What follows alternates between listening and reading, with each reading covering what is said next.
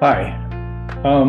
Part of what this channel does is restore some of the things that have been changed, words, his name being one of the most important things, but there's all kinds of words that have been substituted by the translators over 2,000 or more years, and today, one of them is a big one, really, and it's usually a word that it was a name of a false deity that gets supplanted in his scriptures, and we're warned not to change his words. So anyway, today's word has to do with the scriptures. So it was originally called the scriptures or writings whenever it was spoken of as a whole. The Messiah and his disciples called it the scriptures, and it was called the Scripture of Truth by Daniel in chapter 10, verse 21. It's in 53 places in the New Testament and one in the Old, as with the word scripture.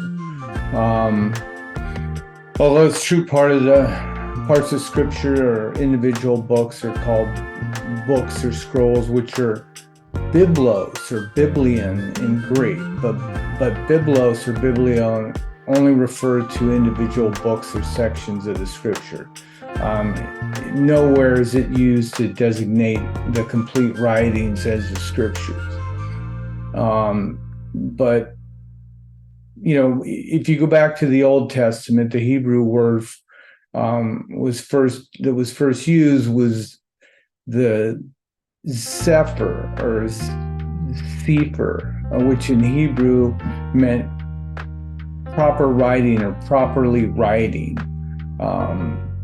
and might been described as a book or a bill, evidence or learning, a letter or a register or a scroll.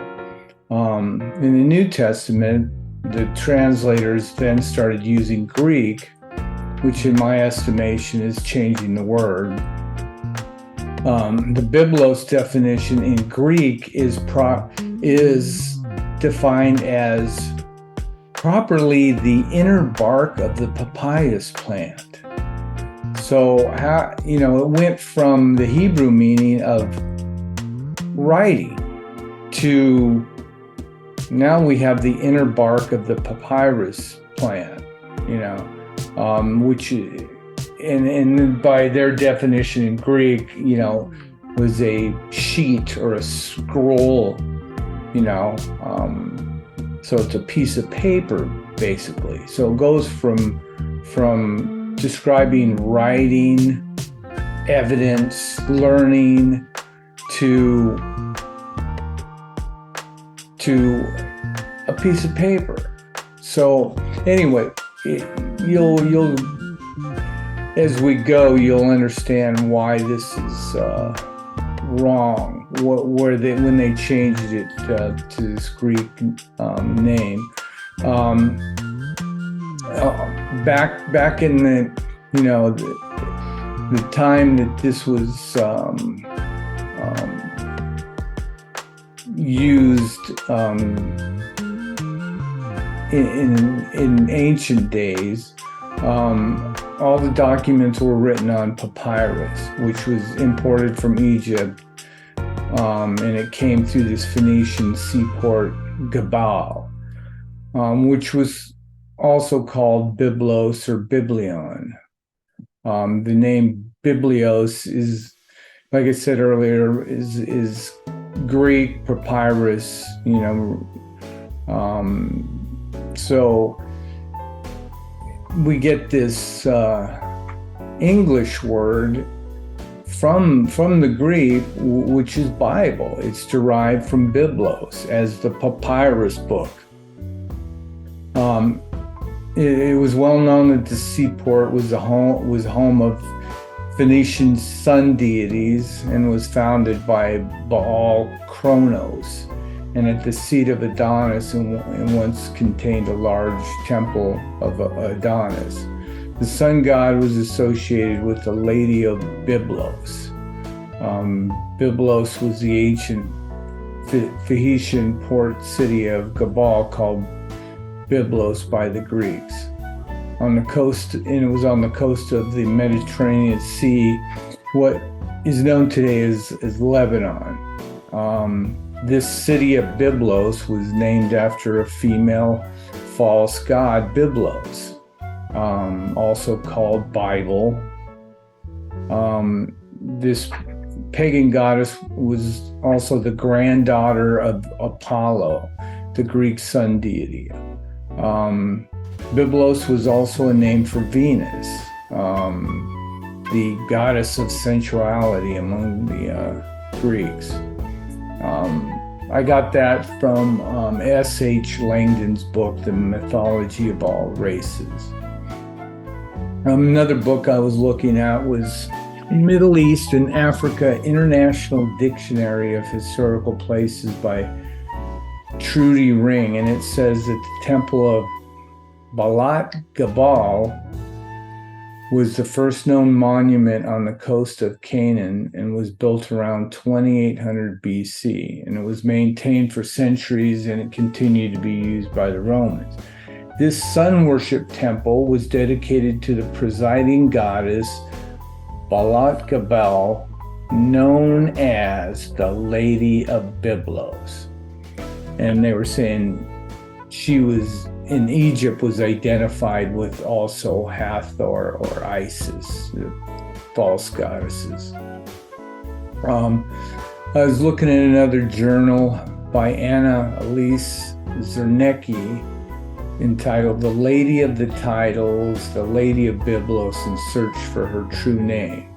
And she writes that in the Phoenician inscriptions from Byblos, or Lebanon, the most prominent deity is Balat Gabal, the Lady of Byblos. So I'm just getting confirmation from other sources that this is what went on then.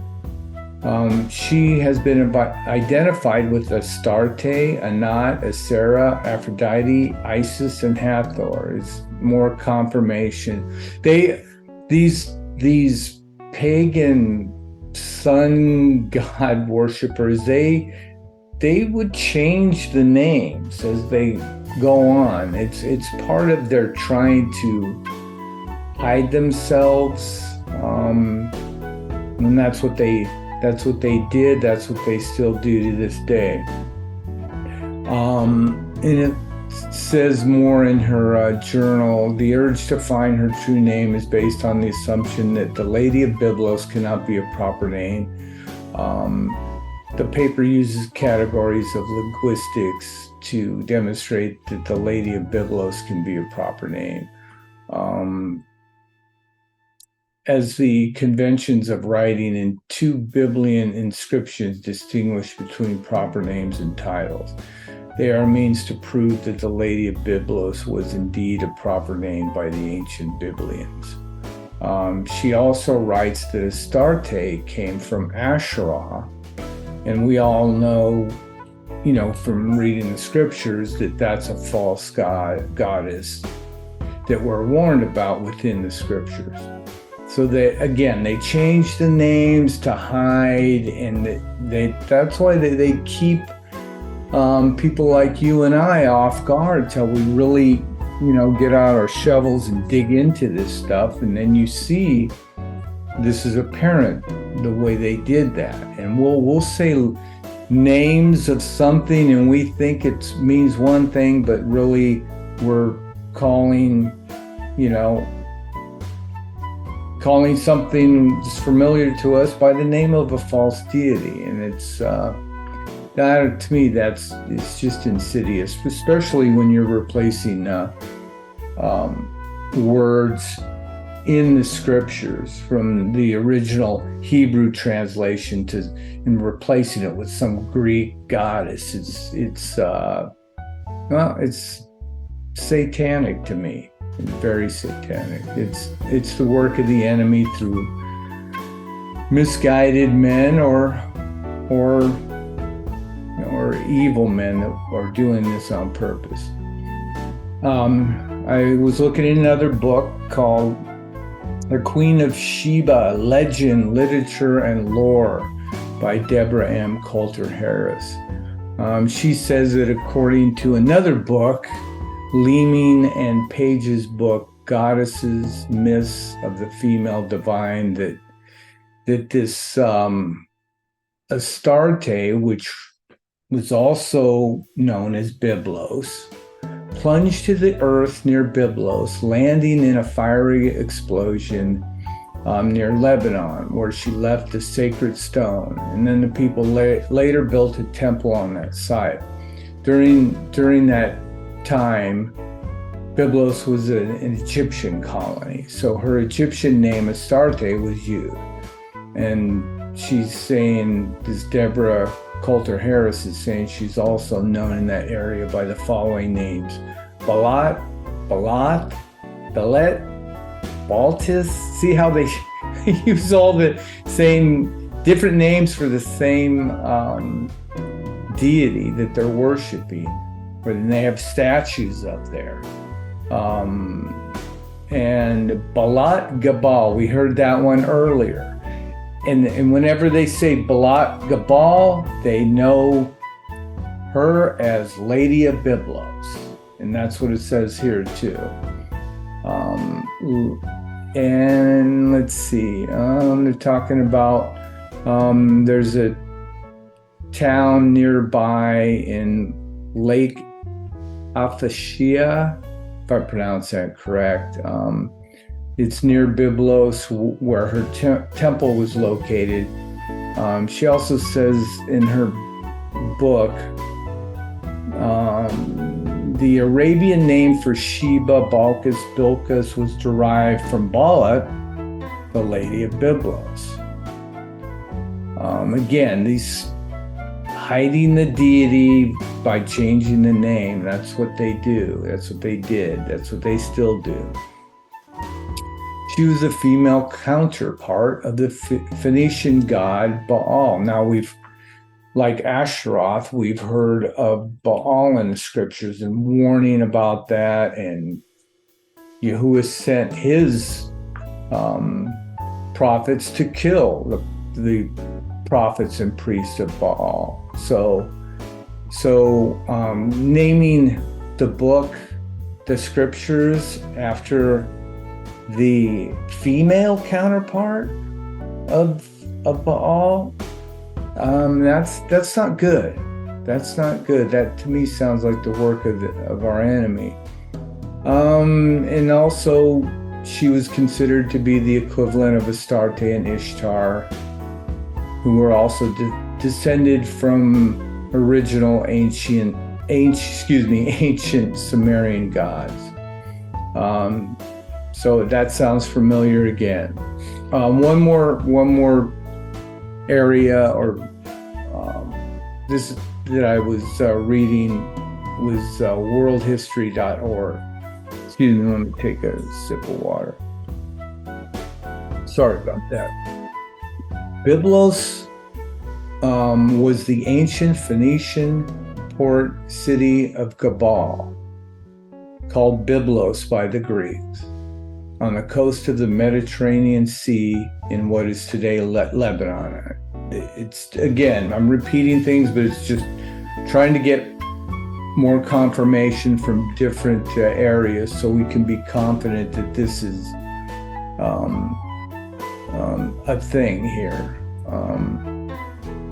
According to the historian Durant, Byblos thought itself the oldest of the cities. The god El had founded it at the beginning of time, and to the end of history, it remained the religious capital of Phoenicia. So this this area, this where this lady of Byblos resided, is the capital of this pagan, sun worship, false religion. Because papyrus was one of the principal articles in its trade, the Greeks took on the name of the city as their word for book, byblos, and from their words for books named our Bible. I don't call it that. I'll never call it that. I call it the scriptures. So in Egyptian mythology, this is more from worldhistory.org.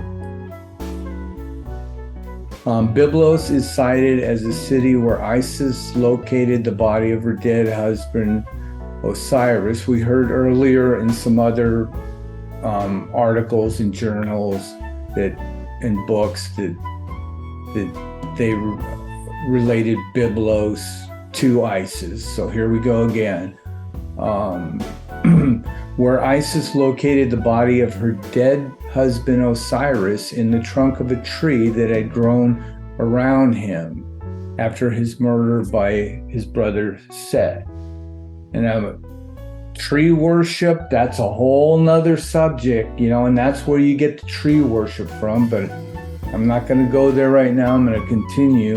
The Phoenicians of Byblos also exported their own tales concerning the Phoenician religion, and it is thought that the story surrounding the war in the heavens and an eternal battle between a great god of good and another deity of evil grew out of the Phoenician myths concerning the eternal war between Baal, god of the sky, and Yam, the god of the sea. And remember, this Byblos, Lady of Byblos, or Bible, is the female equivalent of the false deity that we're warned about in the scriptures, Baal. So let's go to scripture. Zephaniah 3:9 says, "For then I will turn to the people of pure language, that they may call upon the name of Yahuwah to serve him with one consent." So what's this pure language that the prophet Zephaniah is talking about? And that we're going to speak it when our Creator returns to earth. So I immediately thought of Acts, where Paul is telling of his revelation. So starting in Acts 26:12, and I'll go through about 15.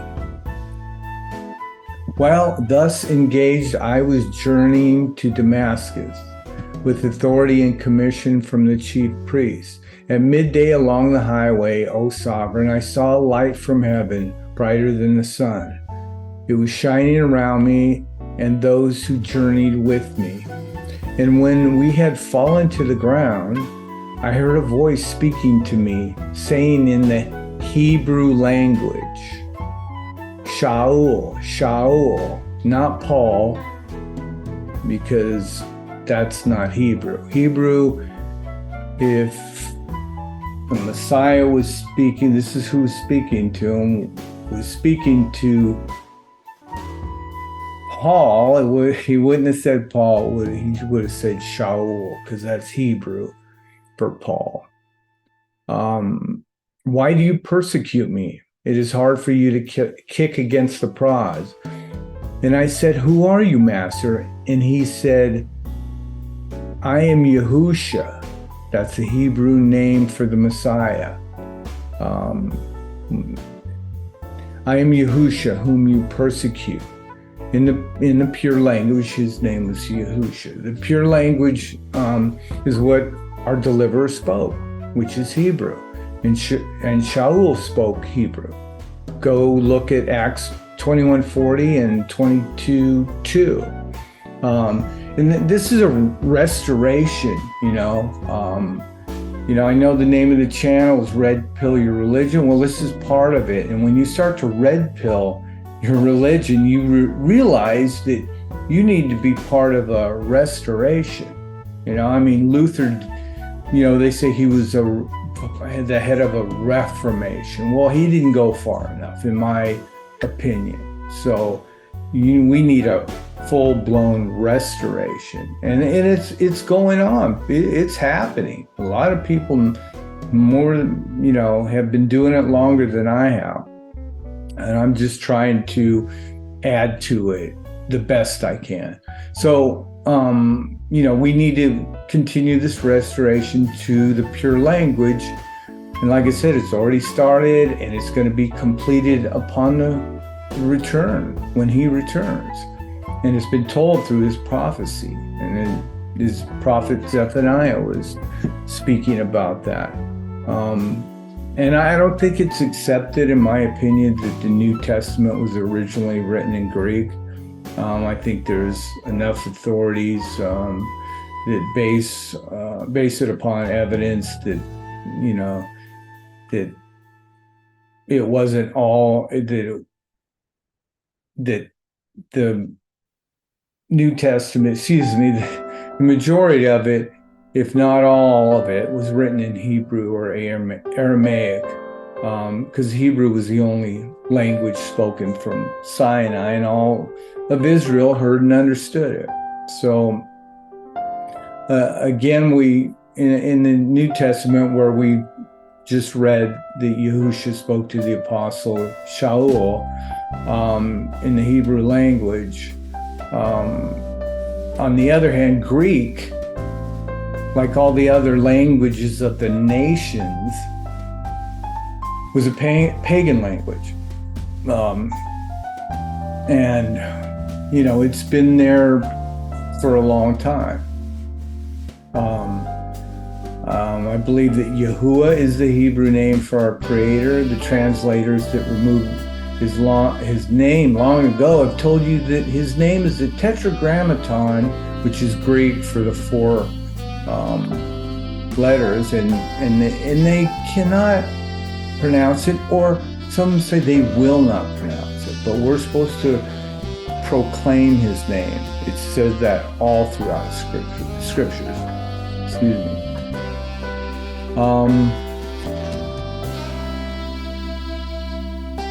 Like all the languages of the pagan nations, its vocabulary consisted of many names of their deities. I mentioned that earlier.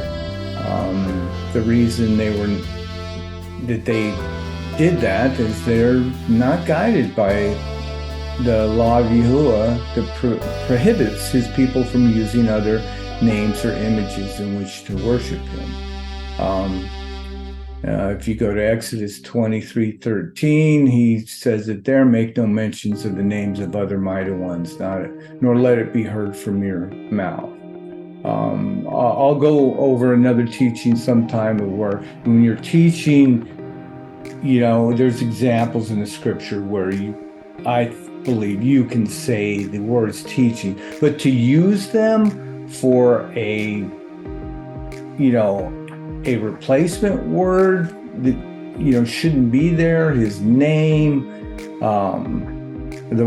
replace the word scriptures with a female sun deity's name, things like that. No, I mean, even when the brothers and sisters that I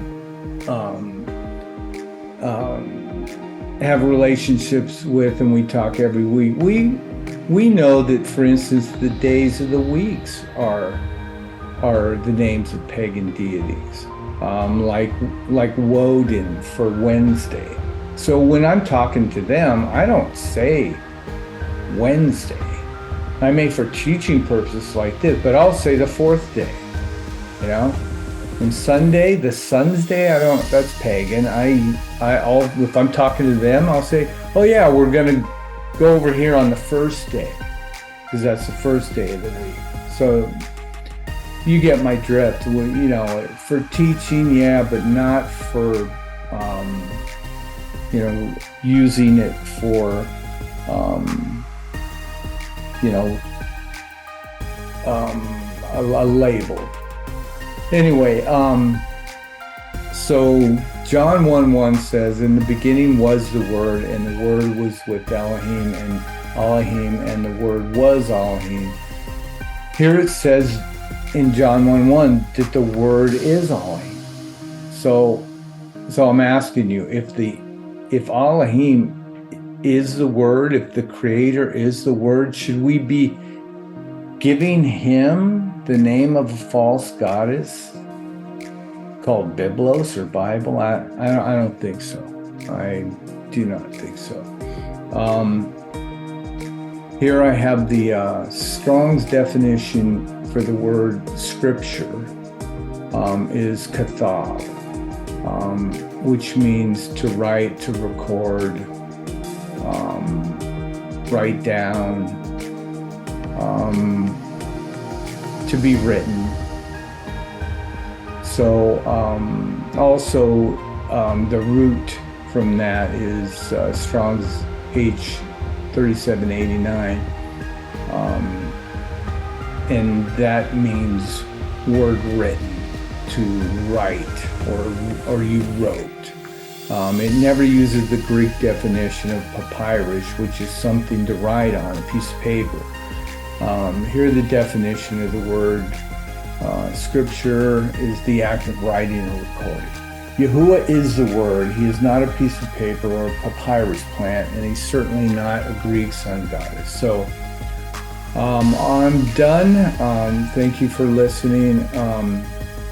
I'll have more words to go over and try to continue, help continue this restoration. But here's something I'll leave you to think about. John 5:38 through 43 says, "And you do not have his word staying in you, because you do not believe him whom he sent. You search the scriptures because you think you possess everlasting life in them. And these are the ones that bear witness of me.